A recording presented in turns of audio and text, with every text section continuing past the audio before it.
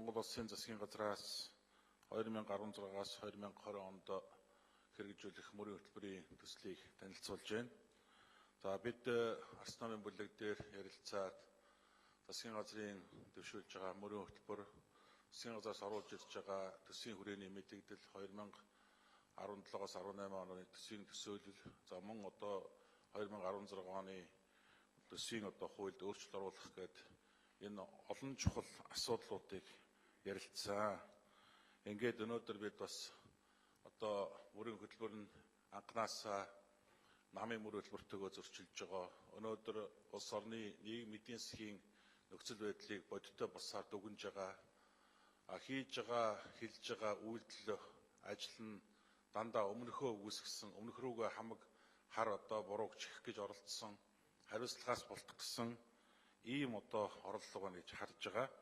Тийм учраас засгийн газрын мөрийн хөтөлбөрийг бид хэлцэхдээ өнөөдөр Монгол Улсын 2016 оны Улс их хурлын сонгуульд оролцохдоо дэвшүүлсэн мөрийн хөтөлбөртөө одоо үнэнч байж тэр мөрийн хөтөлбөрийнхаа заалтны бүр дээр анхаарал тавьж ажиллахыг олонхын бүлгээс бид шаардж байгаамаа.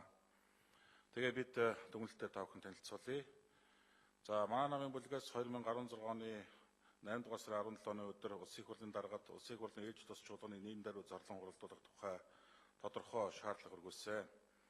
Энэхүү шаардлагатай Монгол Улсын ерөнхий сайд, сангийн сайд, Монгол банкны ерөнхийлөгч нараас хийсэн удаа дараагийн мэдээлэл нь өнөөгийн эдийн засгийн нөхцөл байдал, мөнгөний нийлүүлэлт, банкны системийн эрсдэл, гадаадын хөрөнгө оруулалт, төлбөрийн тэнцэл, гадаад валютын нөөц, хөрөнгө зах зээлийн үнэлгээ, улсын өөр нэгдсэн төсөв, засгийн газрын өрийн үйлчилгээ, улсын нэгдсэн төсвийн зарлалын санхүүжилт, төв банкны валютын нөөцийн талаар ямар ч тооцоо судалгаагүй, бодит үнэнд нийцээгүй, хэтэрхий нэг талыг барьсан эдийн засгт сөрөг нөлөөтэй, иргэдийг төөрөгдүүлсэн гадаад дотоодын хөрөнгө оруулалтад ноцтой тохиолдол учруулж хууль зөрчсөн үйлдэл гэж манай намын бүлэг үзэж байгаагаа энэ удаад та бүхэнд мэдгэгцээ.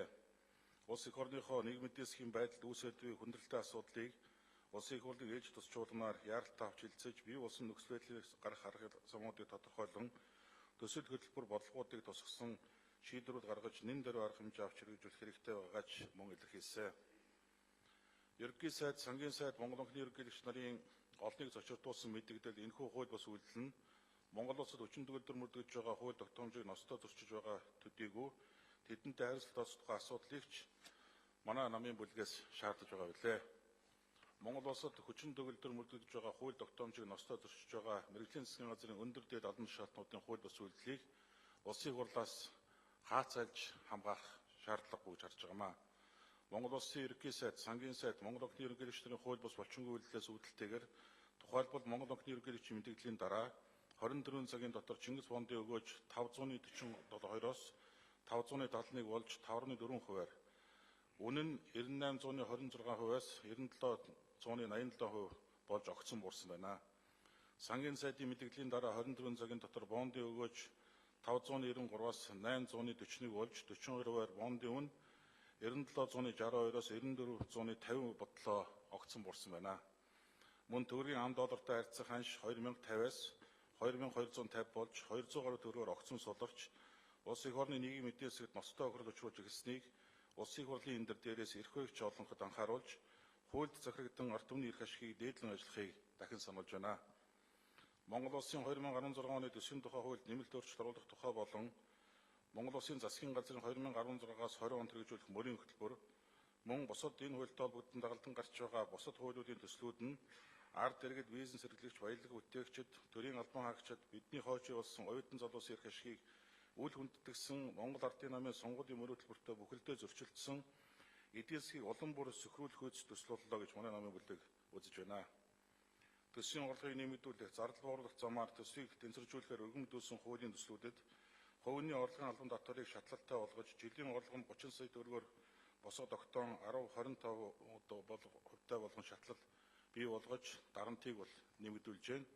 За халамжийн хүүгийн орлогод албан татвар ногдуулахаар тусгасан мөн алтыг Монгол банкнд тушаасан тохиолдолд ашигтмалдуулын нөөц ашигласны төлбөр 2.5%, ашигтмалдуулын нэмэлт төлбөр 1% байхаар хуульчилсан бөгөөд энэхүү зохицуулалт нь 2019 оны хүртэлх хугацаанд үйлчлэхээр байсныг 2017 он болгож наашлуулахаар тэтгэвэр тогтоох насыг хүн амын дундаж насжилт өсөж байгаа гэж шалтгаалan нэмэгдүүлэхээр дунд урт хугацааны тэтгэврийн сангийн доктортой байдлыг хангах нэрийдлээр тэтгэврийн дадлын шимтгэлийн хувь хэмжээг 5 пунктээр нэмэгдүүлэхээр тэтгэврийн дадлын шимтгэл тооцох хувь хэмжээг ажилгүйч болон даатгагчийн хувьд тус бүр 9.5 болгохоор хамтын төвийн тухай хуулийг хэрэгжүүлэх шаардлагатай хөрөнгө мөнгө байхгүй гэсэн үндслээр уг хуулийг хүчингүй болгохоор эмнэлгийн ажилтнад олох урамшууллыг жилд 1.5 тэрбум төгрөг шаардлагатай байгаа учраас хэрэгжих хугацааг хойшлуулахаар орон нутгийн суур зарлаад хуулийн дагуу хамаарахгүй боловч санхүүжүүлэх зайлшгүй шаардлагатай зарлуудыг аймаг нийслэл сум дүүргийн орон нутгийн хөгжлийн сангийн их усаар санхүүжилдэг байхаар хуулийн төслийг боловсруулжээ.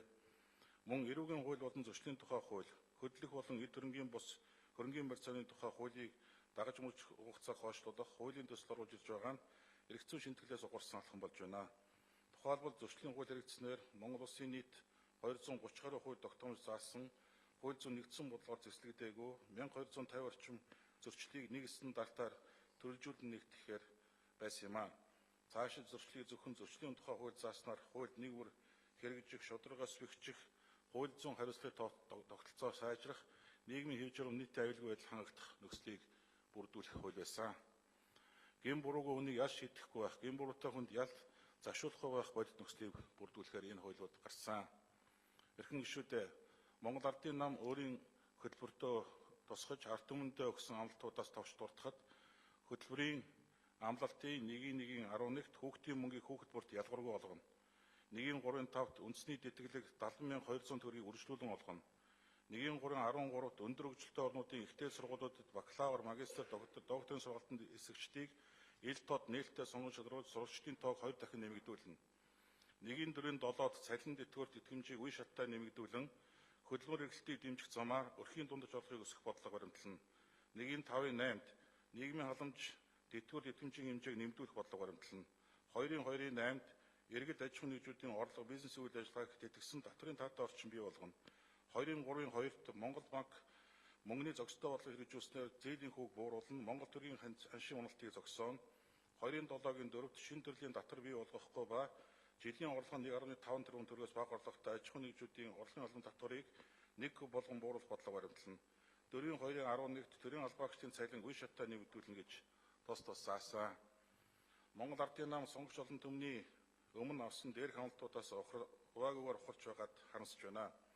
Эрх баригчид маань одоогийн хариуцлагагүй хууль бус үйлдэлээ хаацаад харах замаа өмнөх засгийн газраа муучлах, сөргөчнээ гүтгэх, ололт амжилт бүхнийг харлуулах элдв популист алхам хийж байгаа нэн даруй зогсоож хуулийн хүрээнд туйлын хариуцлагатай ажиллахыг манай намын бүлгээс олонхоос шаардж байна.